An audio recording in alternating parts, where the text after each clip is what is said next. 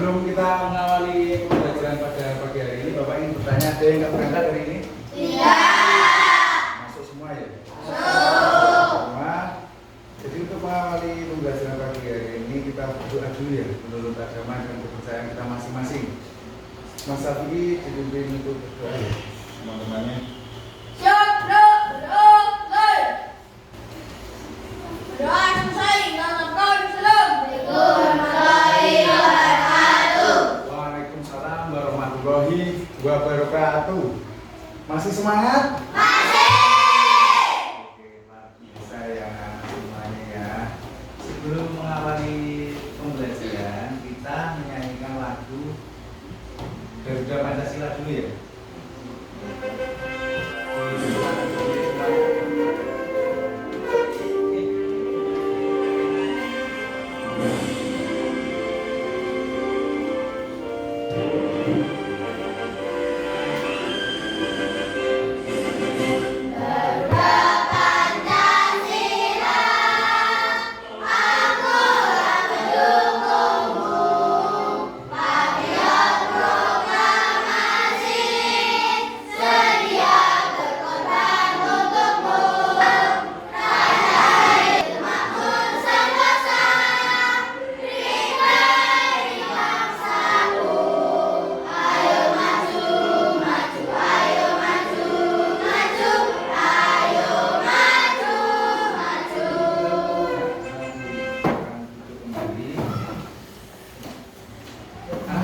Hari ini kita akan belajar tentang apa? Mapel, coding dan kecerdasan artifisial. Untuk capaian pembelajaran pada pagi hari ini, yaitu peserta didik mampu memahami permasalahan sehari-hari dalam kehidupan sehari-hari, menerapkan pemecahan masalah secara sistematis serta menuliskan instruksi logis dan terstruktur menggunakan sekumpulan kosakata dan simbol ataupun gambar.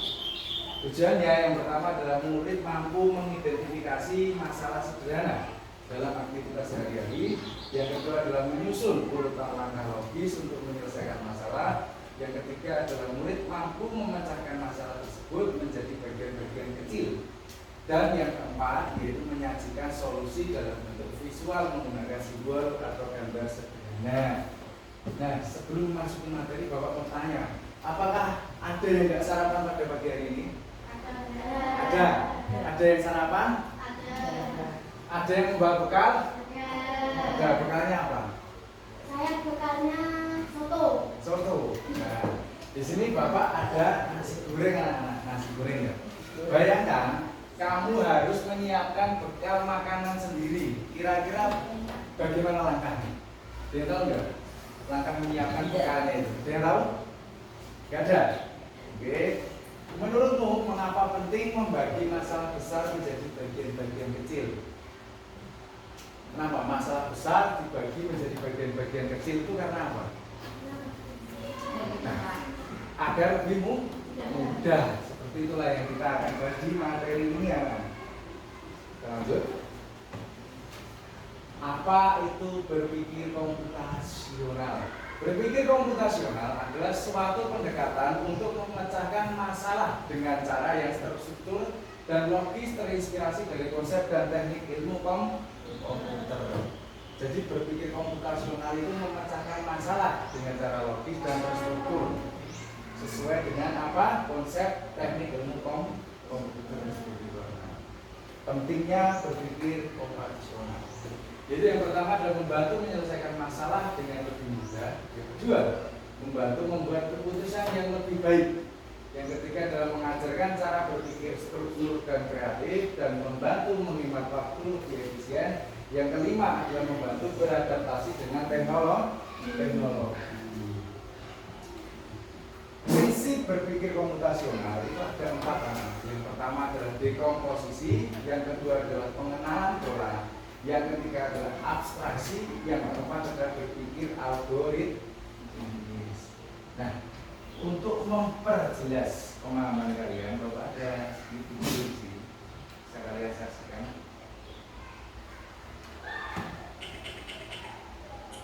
Pengenalan computational thinking. Hai teman kece, Coba tebak apa artinya computational thinking atau berpikir komputasional? Adakah yang bermata jeli dan melihat kata komputasional di sini? Jadi mungkin ada hubungannya dengan komputer ya? Iya, betul sekali. Mencatat ringkas pelajaran hingga menyiapkan masuk ke sekolah besok. Wah, kalau kita sudah bisa menerapkannya setiap hari, berarti kita semua sudah masuk publikasi, di sini dari masalah dan besar lainnya. pecah menjadi beberapa. Yang kedua, Yang mengenal pola. ketiga, Artinya mencari kesamaan dan pola. dari video yang kita saksikan Pak, ada yang masih bingung tentang berpikir komputasional. Ya, intinya di berpikir komputasional itu adalah memecah dari masalah yang besar menjadi bagian-bagian yang lebih kecil agar lebih mudah. Prinsip berpikir komputasional. Dekomposisi yaitu memecah masalah kompleks menjadi bagian-bagian kecil. Ini adalah strategi berpikir yang digunakan programmer saat membuat program. Tidak harus programmer ya. Anak-anak SD pun bisa, karena ketika kita berangkat sekolah kita sudah merencanakan apa saja yang akan kita bawa. Itu merupakan berpikir komputasi. Nah, kemudian contoh dekomposisi, contoh lainnya, itu misalnya membuat roti isi telur ceplok. Ada yang pernah makan telur ceplok? Roti isi telur ceplok, pernah? Ya, di sini kita mulai dengan menyiapkan alat dan bahan, lalu menggoreng telur dan menyiapkan roti dan menyusun isinya. Nah, biarlah. Kira-kira yang mengisi pola selanjutnya, ini yang bagian ini. Kira angka berapa? 9 dan 11, Pak. 9 dan 11 ya? Terus sekali beri tepuk tangan untuk itu. Itu yang selanjutnya. Pola selanjutnya adalah dari apa ini? Spinam ya? Spinam, kemudian spinam, kemudian ini apa? Lipat. Terus sekali jawabannya. Beri tepuk tangan untuk kita semua. Satu, coba Safi, coba ini. Untuk yang selanjutnya. Gambarnya apa? Yakin lingkaran? Coba kita. Sekali. Beri tepuk tangan untuk Safi ya. Kemudian kita lanjut ke abstraksi anak-anak. Abstraksi adalah praktik mendahulukan informasi-informasi penting dan mengabaikan informasi yang tidak terlalu dibutuhkan. Kemudian contoh abstraksi itu saat kamu ingin memasak nasi, ya ini itu dicuci, kemudian apa? Dimasukkan ke rice cooker dikasih air. Kita tidak perlu menghitung butiran berasnya. Itu namanya abstraksi. Tidak terlalu penting apa dihitung butiran berasnya gitu. Yang terpenting itu sesuai dengan takaran yang kita butuh. Nah, sini Bapak ada satu video untuk memperjelas pemahaman kalian. Kalau ini pasti kalian nanti langsung paham.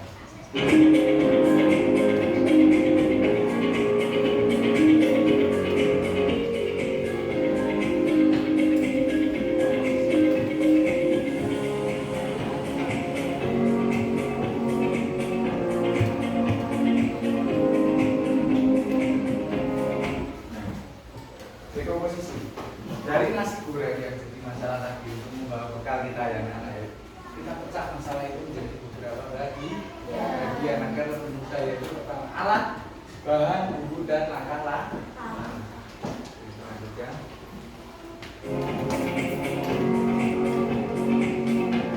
alatnya saya lihat ya sendiri, dan bahannya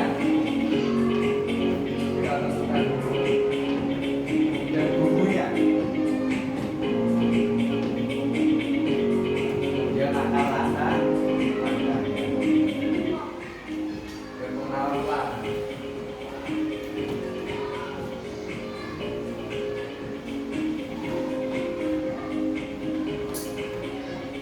Untuk membuat porsi nasi goreng kita butuh waktu 10 menit. Mulai ini bisa kita gunakan lagi ketika nanti masak nasi goreng. Kemudian kue tiaw itu juga hampir sama bentuknya dengan nasi goreng ya, hanya berbeda dengan pokoknya. Kita bisa gunakan pola yang sama.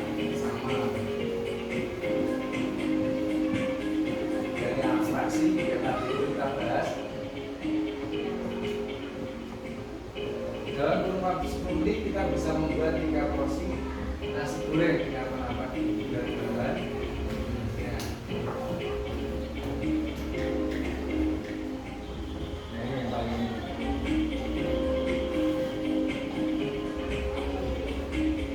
abstraksi.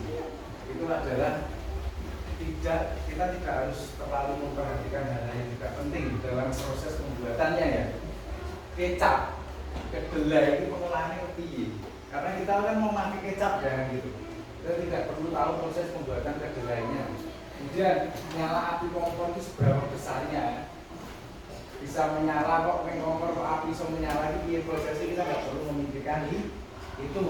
Karena yang terpenting adalah kita masak nasi goreng itu aja yang lanjutkan.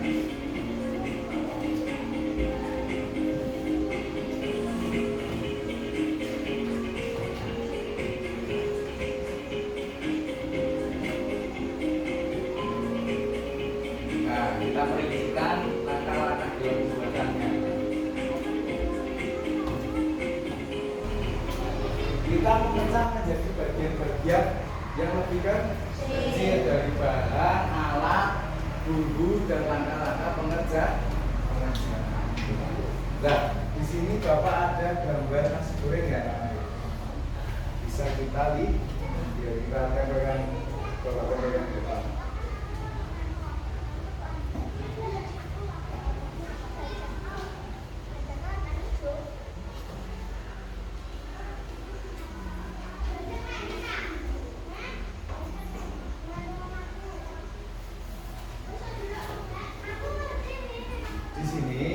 Ada 4 kelompok anak, kelompok 1, 2, 3, dan 4. Bapak minta kelompok 1 untuk maju ke depan untuk merancang langkah-langkah yang ada di sini dan diurut dulu. Ya, ayo kelompok 1. Bahan. Coba kelompok 1 isi alat dan bahan dalam membuat nasi goreng. Maka kalian ketahui. Yang kalian ketahui saja. Kan ada, coba itu kembali. Nah, anak-anak semua kelompok 1 sudah mempraktekkan dari prinsip-prinsip berpikir komputasional. Yang pertama, ini adalah masalahnya. Masalahnya ini itu caranya dari nasi goreng. Kemudian prinsip berpikir komputasional. Jadi yang pertama kita cari alat dan bahannya. Kita tentukan dulu alat bahannya seperti apa. Setelah kita menemukan, kemudian kita susun langkah-langkah. Ya, langkah-langkah penggunaannya. Ini namanya dekomposisi. Kemudian ini yaitu algoritma.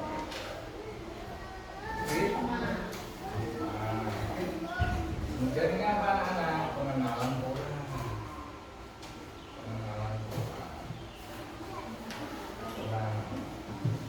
Sampai sini ada yang belum paham?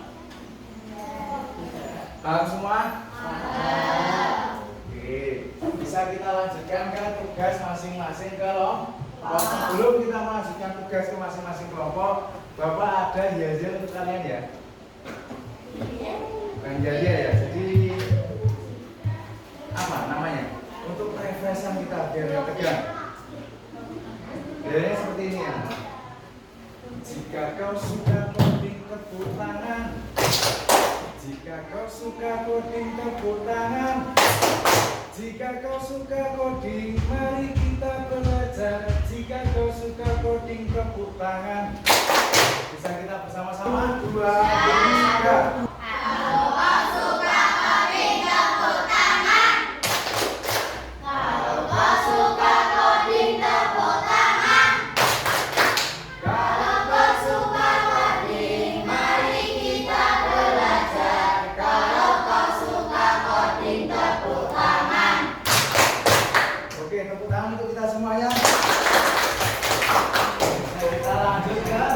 LKPD ya.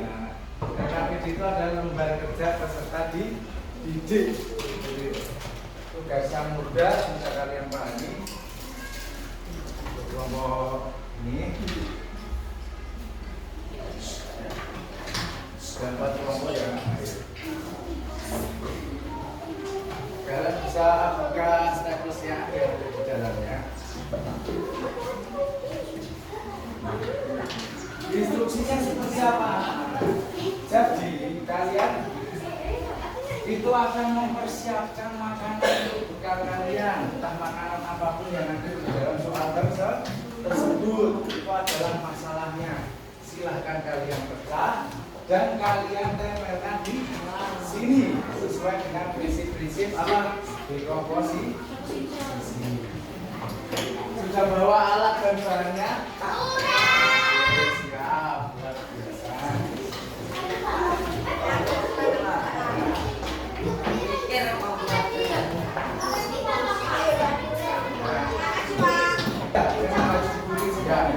Kemudian hias kreasi dari tugas kalian sendiri semuanya sebagus mungkin. Ini sudah Bapak sediakan. Bisa dipahami? Silahkan kerjakan, semangat semuanya. Mantap, bagus ini. Boleh vertikal, boleh horizontal ya, bebas ya. Sesuai keinginan kalian.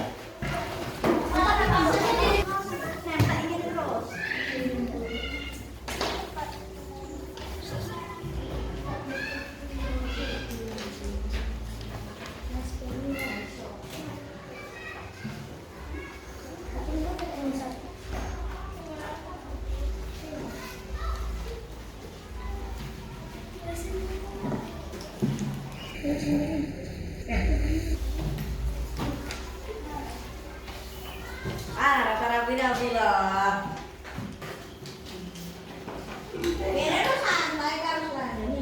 Yo, yo. Nah, let's go.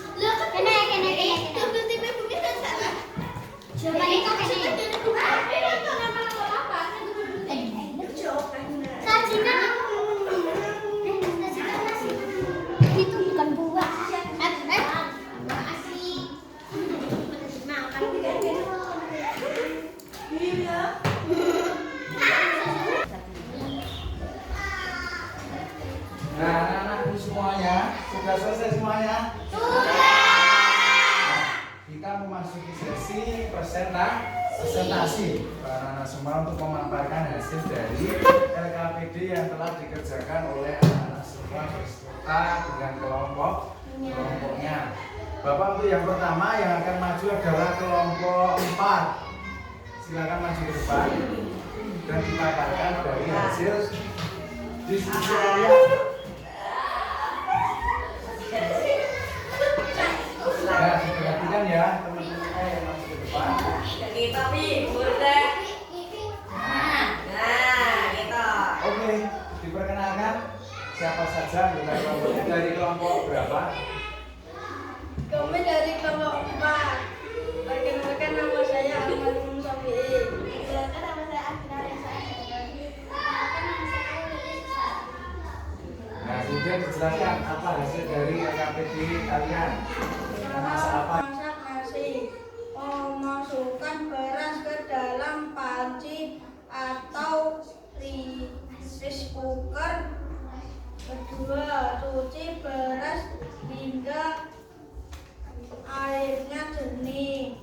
3, tambahkan air dengan Itu. Jadi berikan tepuk tangan untuk kelompok 4. Nah, turun ke belakang kita tempelkan di papan.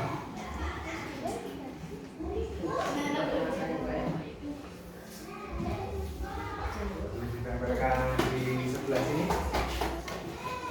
Ya. Oke. Ini hasil dari kelompok 4.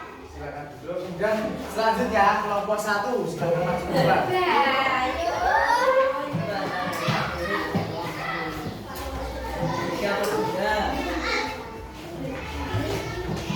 Perkenalkan diri kalian dari kelompok mana, anggotanya siapa saja, kemudian jelaskan atau paparkan hasil dari diskusi kalian. Silakan. Dekorasi. Apa sajikan kue ulang tahun. Nah, oke. Kemudian polanya seperti apa polanya itu? Siapkan juga bahan dan alat lalu cocok di mangkok. Cetak dan menjaga oven. Ya, oke. Kemudian seperti itu. Ya. Berikan tepuk tangan untuk kelompok 1.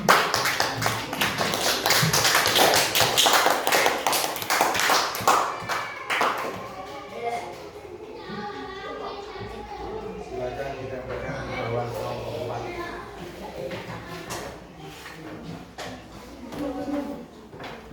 Kemudian penampilan selanjutnya yaitu kelompok 2. Silakan dibuka.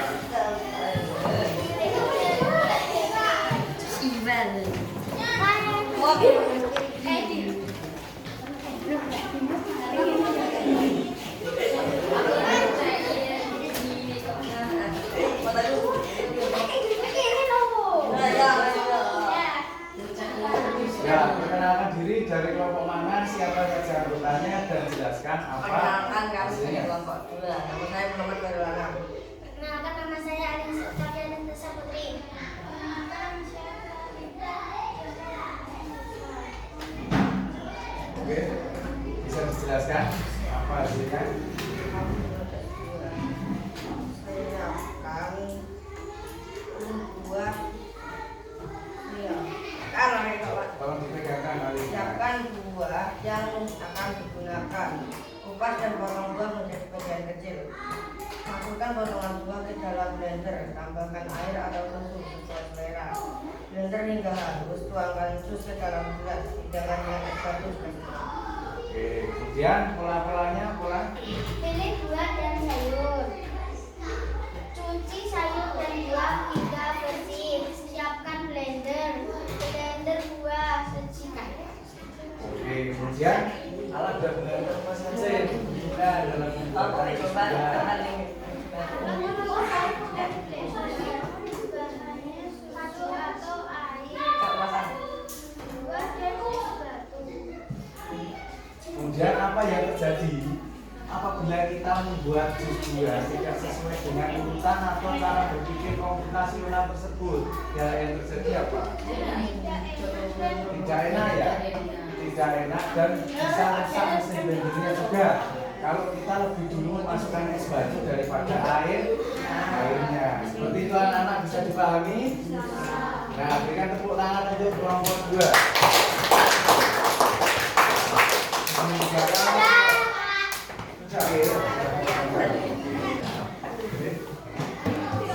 Silakan duduk. Kemudian penampilan selanjutnya adalah kelompok terakhir yaitu kelompok 3. Silakan maju depan.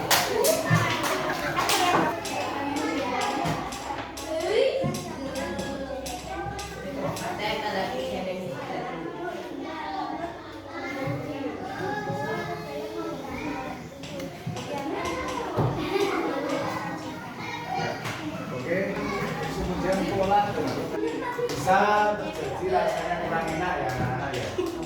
Seperti itu bisa dipahami. Ada pertanyaan? Iya. Oke, beri tepuk tangan untuk kelompok 3. Kalau dari kelompok 2.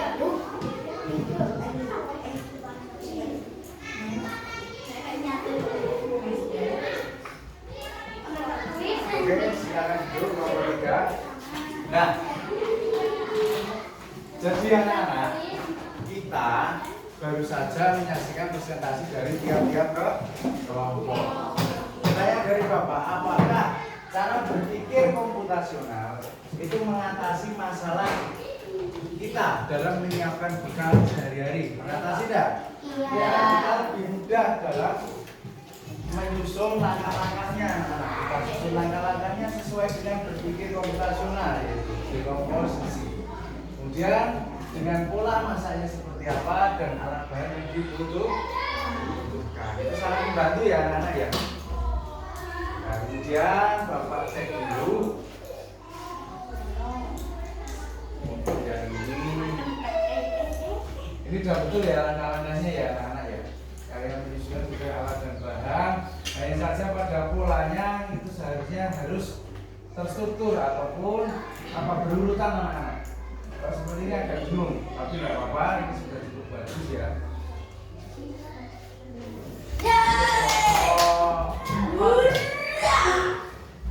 Ya, kelompok 2. Kelompok 2 sudah terstruktur semua. Sudah sangat bagus ini.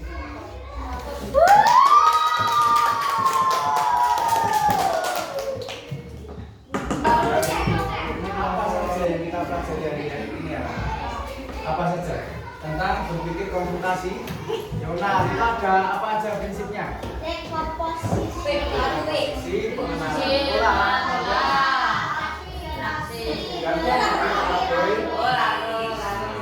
Itu sangat membantu kita ya anak-anak ya. Dalam kehidupan sehari-hari itu bisa kita terapkan di mana saja. Kita harus memecah masalah menjadi bagian-bagian yang lebih kecil agar lebih mudah kita kerjakan. Seperti ini pentingnya kita berpikir komputasional itu agar kita dapat berpikir secara logis dan terstruktur ya. Seperti ini hasil dari kalian, ini sangat luar biasa. Kemudian yang selanjutnya sebelum kalian mengerjakan soal evaluasi akhir untuk menguji pemahaman setiap anak, kita refreshing dulu. Kita refresh dulu dengan video yang Bapak kasih tadi ya.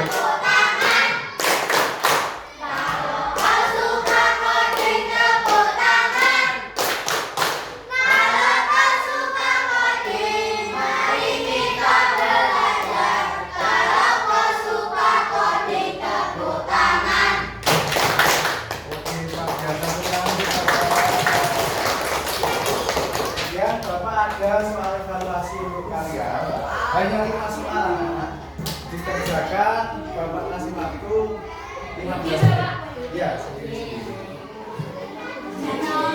Jangan lupa dituliskan namanya ya.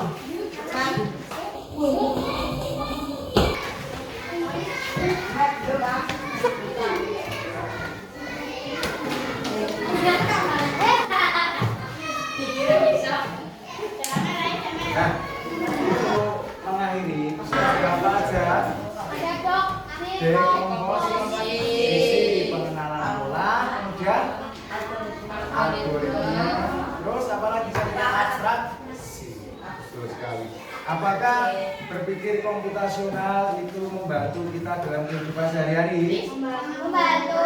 Sangat membantu ya.